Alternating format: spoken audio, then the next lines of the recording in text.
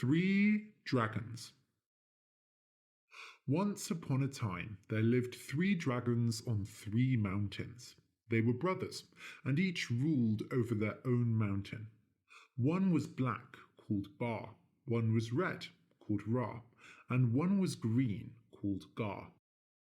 In the middle of the 3 mountains lay a small kingdom ruled over by a human king, but the dragons paid little attention to this.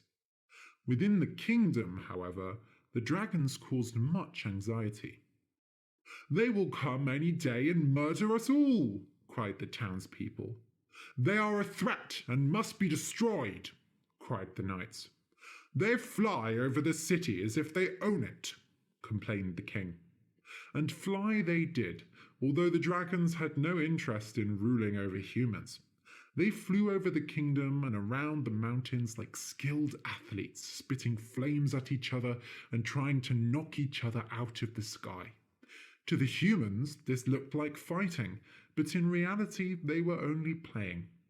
So life between the 3 mountains continued in this way for many decades, and although the people complained endlessly about the 3 creatures, all were content to leave the problem alone as long as the dragons did not harm them. But as the king got older, his anxiety and greed grew. He wished to rule over the kingdom with an iron hand, and the terrifying creatures represented a threat to his authority. But as much as he campaigned to send an army out to each peak, the soldiers and knights of his kingdom refused, coming up with various excuses to leave the situation alone. So when a wandering knight came from far away with a proposal to slay the dragons, the king listened. "I have climbed into their lairs and listened to their whisperings, my king," said the knight. "The red dragon, Ra, is belligerent, but ultimately foolish. The green dragon, Gar, has an iron will, but uses it for peace. And the black dragon, Bar, is weak-hearted and artistic." "Peace," said the king. "I am sure that is just a lie. All monsters' true natures come out eventually. Excellent work. And you wish to slay them all?" The knight smiled. "For the right price, of course." "Very well, but let's be patient. You will go out and slay just one of them first. Then we will discuss the rest." "I would not advise that, my king," said the knight. "It would be much safer to kill them all in one go." Said the king. "I am the one who makes the orders around here, and I do not know if I can trust you yet. I think Bar would be the best to start with. If, as you say, he is weak-hearted, then you should have no difficulty in defeating him. Bring me his head as proof." The knight lowered his head. "Of course, my king. I will bring glory to your kingdom." So in the dead of the knight climbed the mountain and entered Bar's lair. While the dragon slept, dreaming of paintings and sculptures, the knight poured a poison into his nose. The dragon's breathing went deeper and deeper until it finally stopped, and the knight began the difficult task of cutting off the dragon's head. When the king saw the head, he was thrilled. He placed it on the outside of the castle and loudly declared to the people that the threat of the dragons was coming to an end. The townspeople were not happy, though, as now the dragons threatened them even more. Surely they would come for revenge. But the king waved away their concerns, saying that their little problem would be dealt with soon enough. Unfortunately for the king, the dragons acted faster. Furious at his brother's death, Ra the belligerent dragon swept over the kingdom and roared into the sky. "Who is responsible for this?" Then he saw the king down below, standing proudly by Bar's head. Without hesitating, the dragon dived down and grabbed the head in his claws before raining fire on the castle. "Help! Help!" cried the king. The knights and servants ran screaming out of the castle, all courage gone, as Ra flew down again and tore apart the stone with his claws. Within minutes, the entire castle had been reduced to a flaming mess. "You're lucky I don't kill you all!" roared Ra, before flying away to his mountain. Once the remains of the castle had been cleared and the panic had died down, the king spoke with his men. "You see, they are a threat that we should have gotten rid of long ago."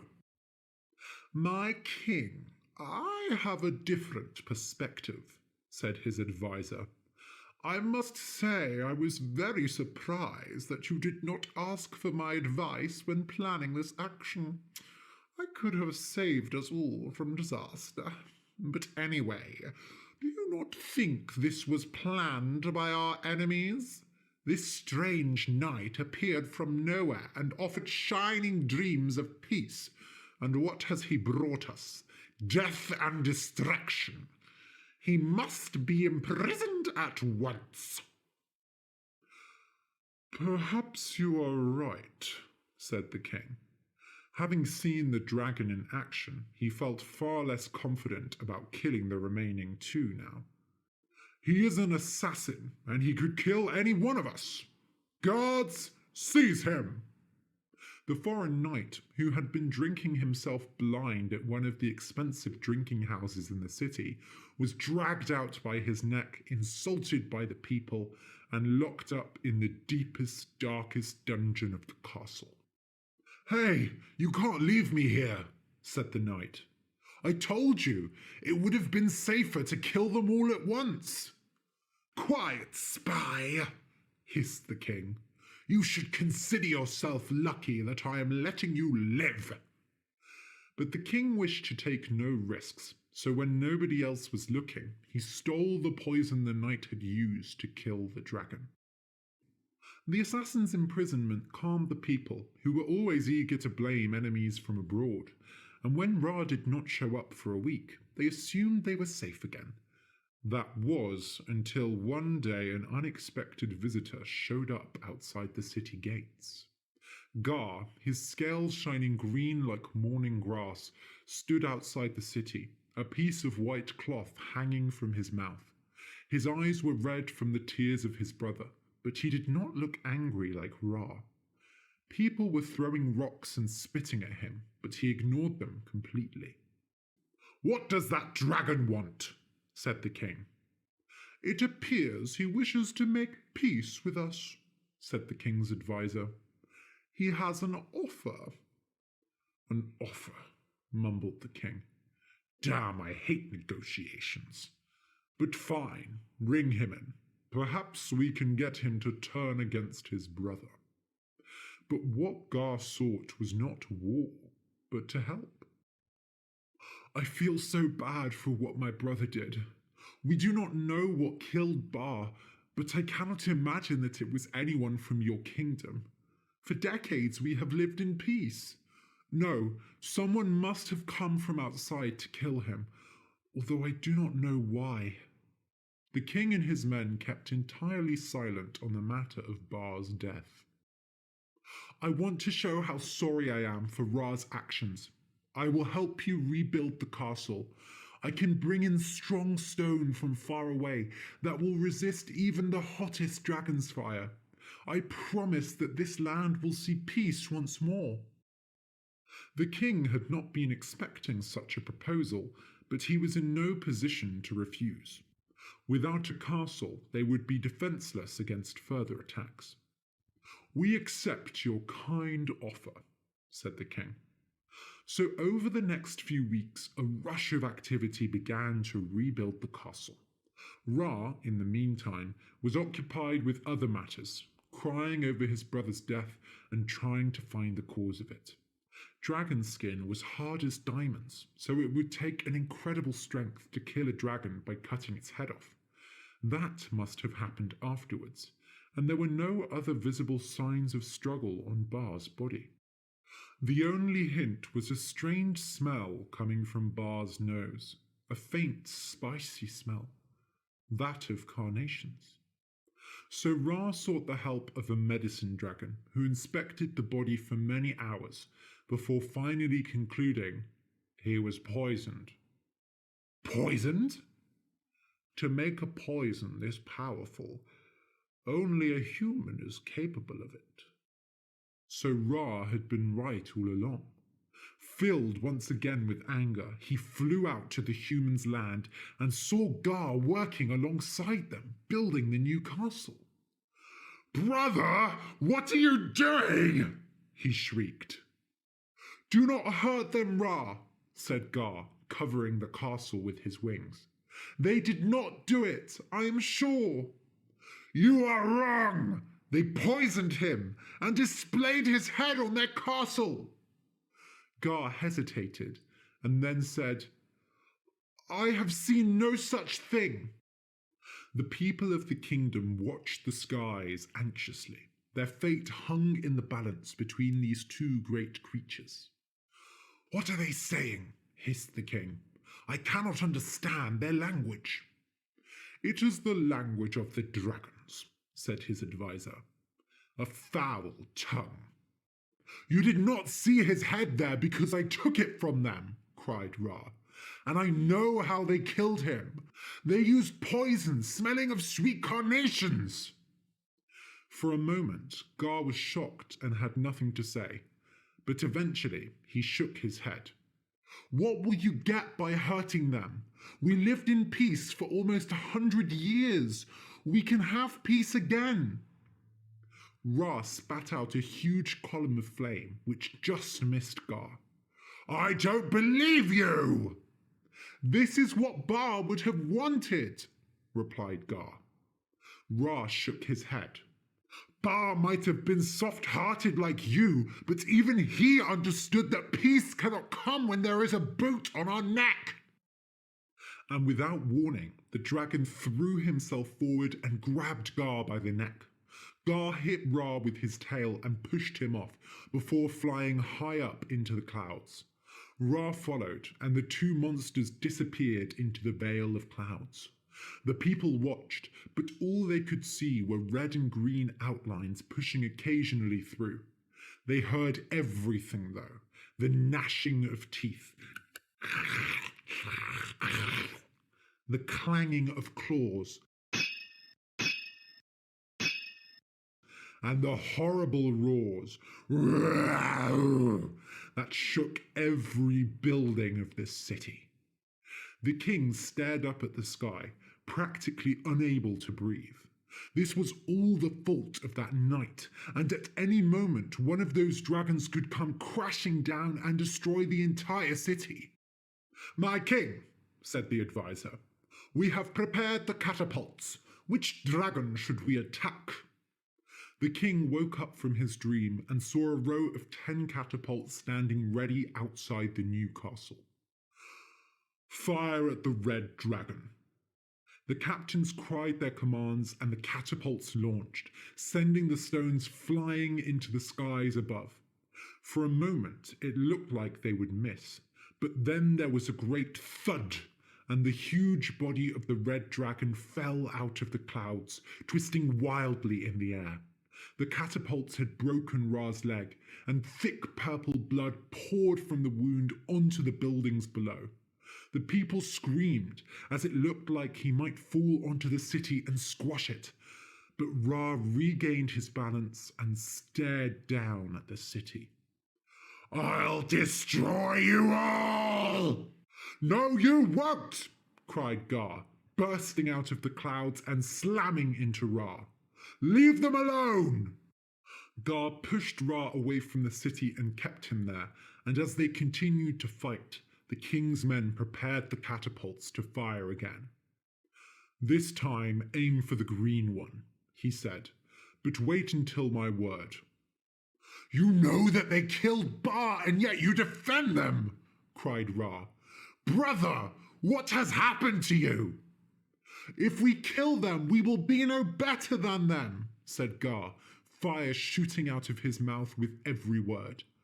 "You're a disgrace!" screamed Ra. But he couldn't keep fighting.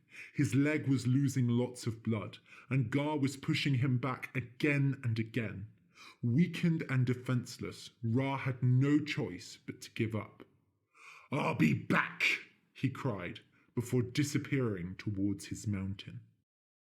The people cheered, the king told his men to hold their fire, and Gar slowly came down to rest by the castle. He was beaten and bruised, but nowhere near as hurt as Ra had been. "I am so sorry," said the dragon. "He has always been so wrapped up in rage. I wish he would understand." "Do not worry," said the king. "We are lucky to have you to protect us. With your help, the kingdom is safe, and our new castle is almost finished. We must have a celebration tomorrow after the last stone is put in place. You will be our guest of honor." The rest of the king's men looked surprised and uneasy about this development, but they did not dare speak against their king. Gar smiled broadly and said, "I would love it, but now I must go and sleep, for it has been a long day." "Of course, my friend." Gar flew back to his mountain to rest, and while he slept, the king made plans. The next day, the construction was finished in record time, and a huge feast was held throughout the new castle and the entire city. Despite the remaining fear from the day before, the people gathered in the streets, pulling out tables and piling them up with food, to say thanks to their great defender, Gar the dragon. Gar, so used to the rough ways of his own kind, was happy that the humans appreciated him so much, and ate and drank until he could hardly stand up. He had gone that morning to speak to his brother, but Ra had placed a huge boulder over the entrance to his lair, shutting Gar out. It would only be a matter of time, thought Gar, so he tried to forget about their fight while he ate and drank. But while the celebrations went on, one of the king's men slipped away and went to Ra's lair. He slipped through a crack between the boulder and the rock wall and hid in a dark corner. The dragon raged about the cave, smashing whatever he could find. "We can't forgive them!" he screamed. "They've been planning this the whole time!"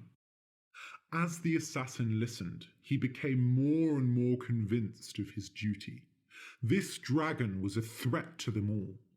Eventually, Ra tired himself out and fell down onto the floor to sleep, and the assassin did his work, using the same poison that the knight had previously. The next day, still sleepy from the celebrations, Gar went back to Ra's mountain. "Brother, let me in," he cried. "We must make peace for Bar's sake." But there was no response. Tired of waiting, Gar pushed the boulder aside and entered into the lair. "Brother, wake up! Let us talk." But Ra did not move an inch. Gar leant down close to him and shook him, but the dragon's eyes did not open. And then Gar smelled something coming from the body. Carnations. Gar felt a boiling in the bottom of his stomach, an anger which he had never experienced before. He had been wrong, oh so wrong, and now he had lost both of his brothers because of it. He cried bitter tears.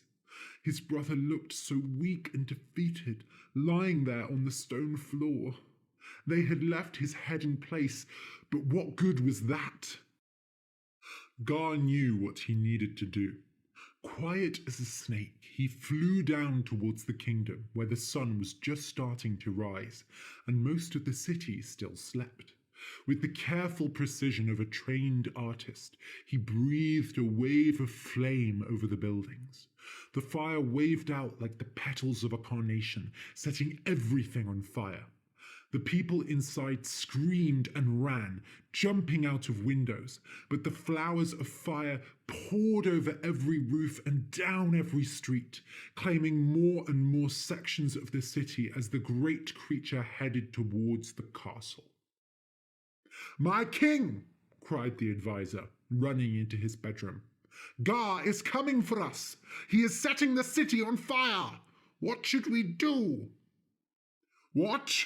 That monster has betrayed us! Prepare the catapults and keep everyone important inside. This stone cannot be harmed by dragon fire, remember?" The king smiled. "He built it himself."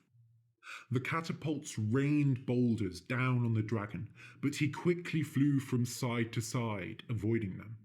One or two struck him, but they only slowed his descent. Gar did not waste a single drop of fire on the building, instead landing on top of it and gripping it with his claws. The king and all his men felt the castle shake from within. When they looked out of the windows, they saw the green, leathery skin of the dragon, and they knew their time was at its end. Just as he had built it, Gar tore the castle apart brick by brick, throwing them aside like the torn-off petals of a flower.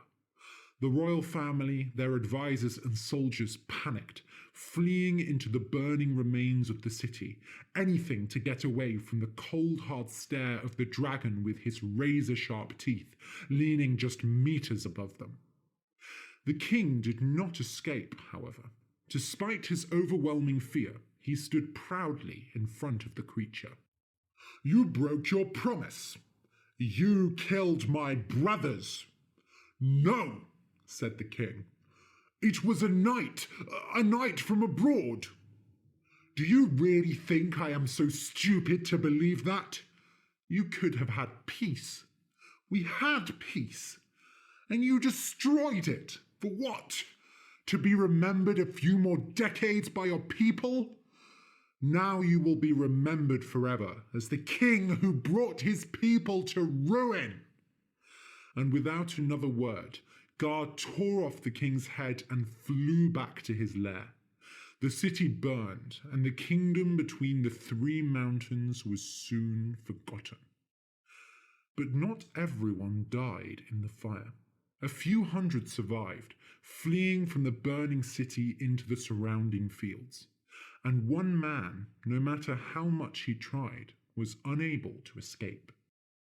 Deep beneath the ruins of the castle, in the darkest dungeon, sat the foreign knight, Bar's murderer. "Hello? What's going on up there?"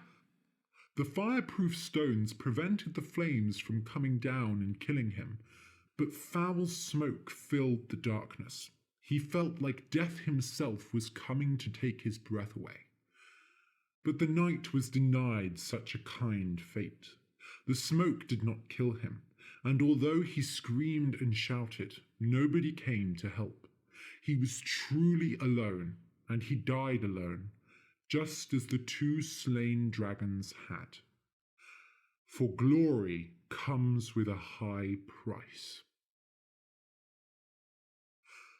The end.